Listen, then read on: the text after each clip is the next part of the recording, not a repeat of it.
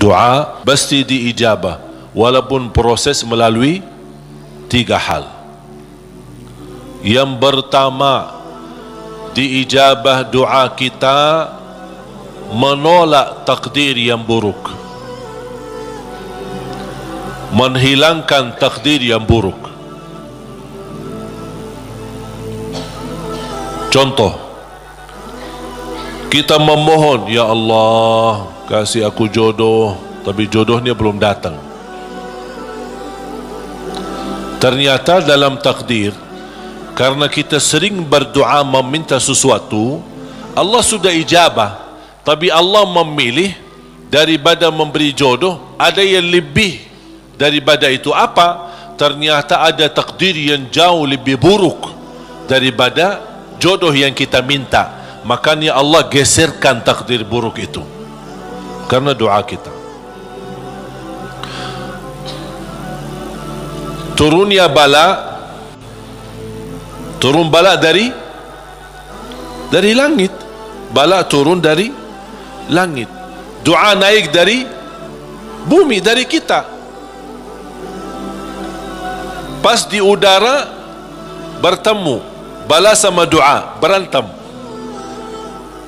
Perkelahian antara doa sama bala. Yang kalah siapa? Bala, dan doa naik. Artinya bala tidak jadi turun. Itu saking kuatnya dan berkahnya doa kita. Berarti doa pasti diijabah.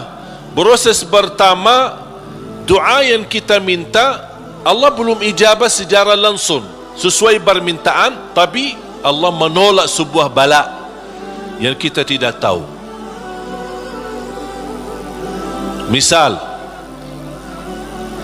tertulis dalam takdir kita hari ini akan kena kecelakaan motor, tapi ternyata doa kita tidak pernah bilang, ya Allah selamatkan saya dari kecelakaan motor misalnya. Kita dah berdoa seperti itu. Tapi karena Allah melihat dalam takdir ada bala yang akan turun hari ini, tapi karena kita suka berdoa, Allah memilih mana yang baik. Allah yang lebih tahu mana yang baik.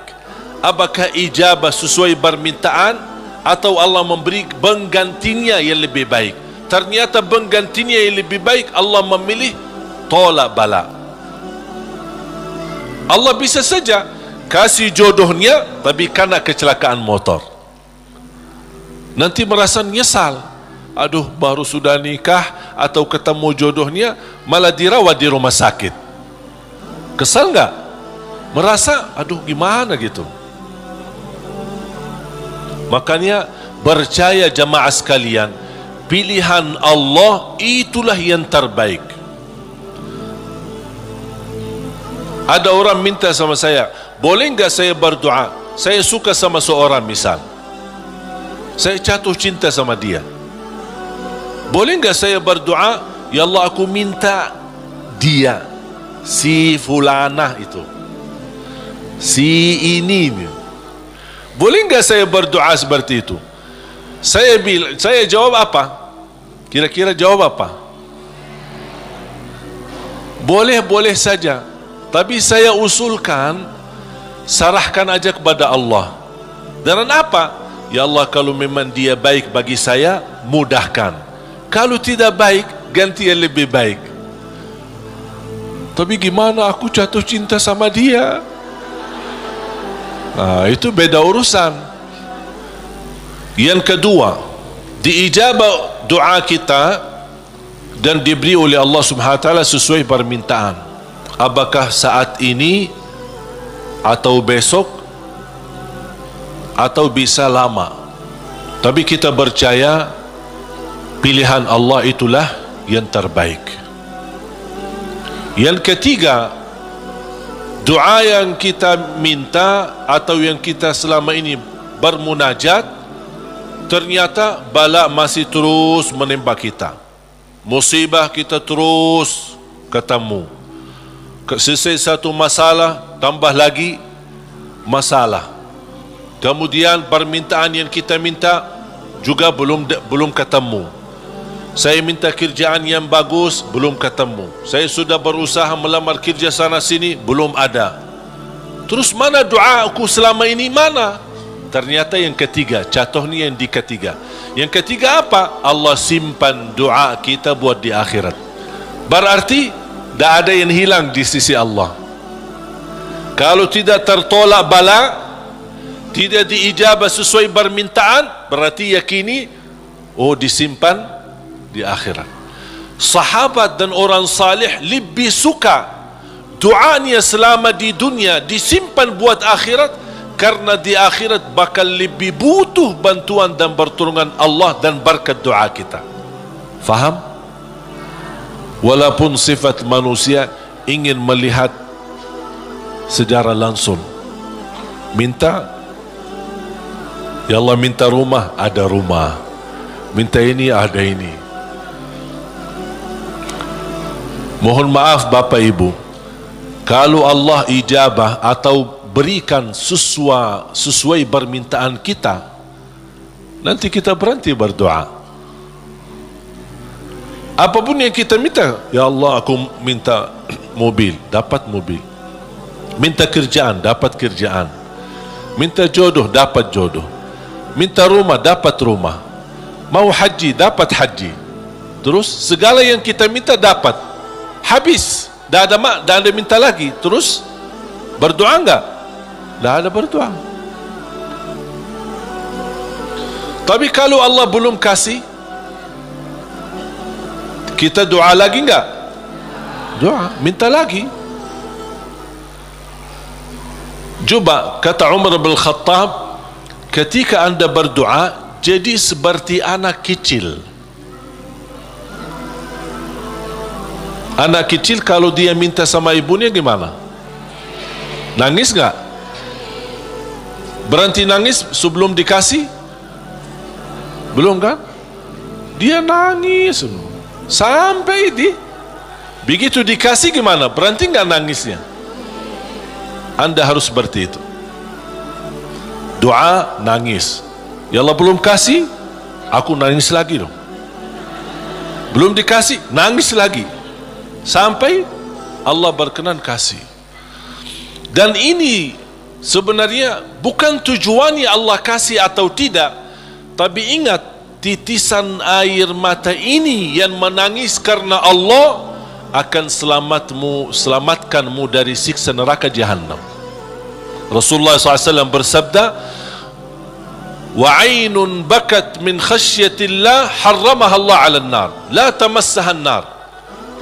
Barang siapa yang menangis karena Allah, akan Allah haramkan jasadnya disuntuh oleh neraka Jahannam. Berarti kita tidak rugi, tidak ada rugi. Biarpun tidak diijabah, ternyata titisan air mata berharga, bisa menjaminkan kita selamat dari siksa neraka Jahannam. Mau apa lagi?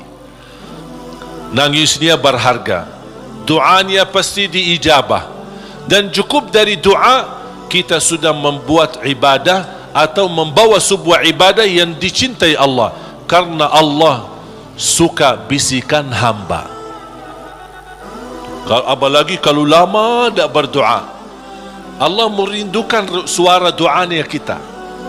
Apalagi doa yang tulus dan ikhlas. Makanya kadang-kadang kalau kita tidak diberi doa atau tidak beri permintaan atau tidak beri permohonan kita, terus kita berdoa terus sampai diuji, sampai di macam-macam, sampai kita merasa sudah tertekan, tidak kuat.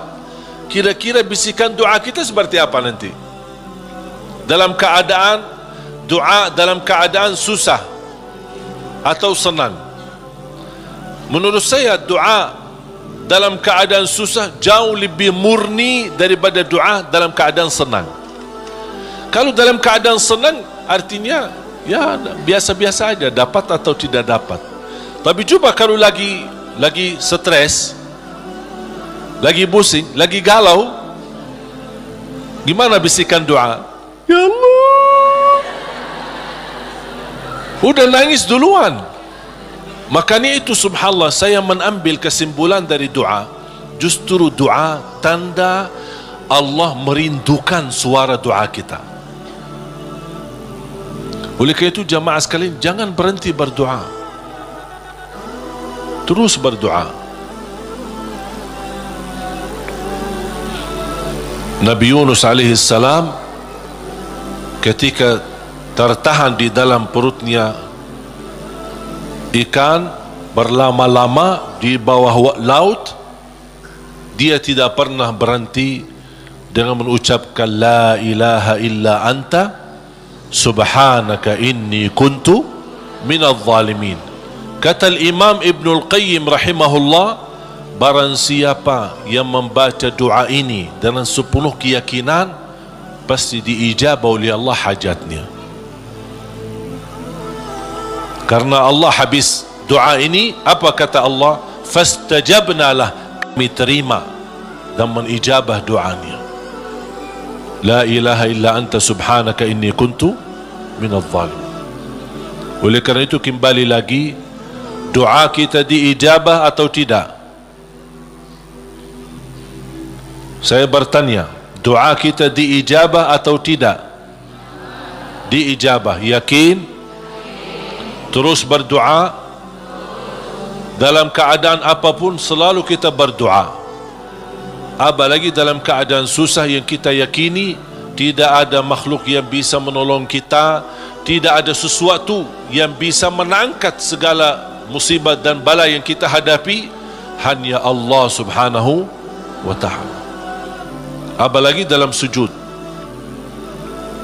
sempatkan dalam sujud, karena Rasulullah SAW bersabda, aqrabu ma yakunu al-abdu ila rabbi wa huwa sajid. Hamba ketika dalam keadaan sujud, posisinya sangat dekat kepada Allah. Makanya di akhir hadis Rasulullah SAW bersabda, fa'akthiru minad du'a, barbanyalah doa. Bisa menikmati doa insyaAllah mulai hari ini. Doa menurut saya sesuatu hubungan yang sangat indah sama Allah. Apalagi kalau bisa berdoa dengan cara curhat. Bisa enggak curhat sama Allah? Kalau lagi galau suka curhat enggak? Sering saya terima, Ustaz boleh curhat enggak? Terus saya bilang apa ya? Boleh atau tidak? Saya bertanya, sudah curhat sama Allah belum? Dia bilang belum. Mau sama Ustaz dulu katanya. Ada saja. Belajar bagaimana bisa curhat. Sungguh kalau kita sudah biasa curhat sama Allah, tidak bakal curhat sama manusia. Jadi ketika berdoa, jangan hanya minta, ya Allah tolonglah, tolonglah ya Allah, ampunilah. Jangan hanya suka minta, cerita. Bisa enggak anda cerita? Allah kan lebih tahu. Allah tahu segala sesuatu. Tapi salah apa kalau saya cerita apa yang terjadi hari ini? Ya Allah, aku sudah niat baik, niat tulus, dan saya pergi ke sana malah seperti ini, dicaci maki, dihina, malah dianggap dan suuzzan, apa buruk sangka.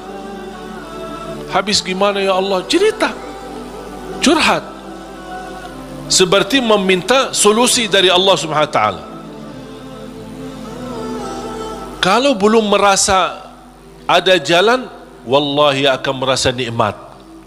Cukup anda bisa nikmat bersama Allah Subhanahu wa taala. Sebagaimana Nabi Yaqub ketika kehilangan anaknya, ada dia berkata apa? Qala innama ashku bathi wa huzni ila Allah. Aku hanya mampu curhat kepada Allah Subhanahu wa taala.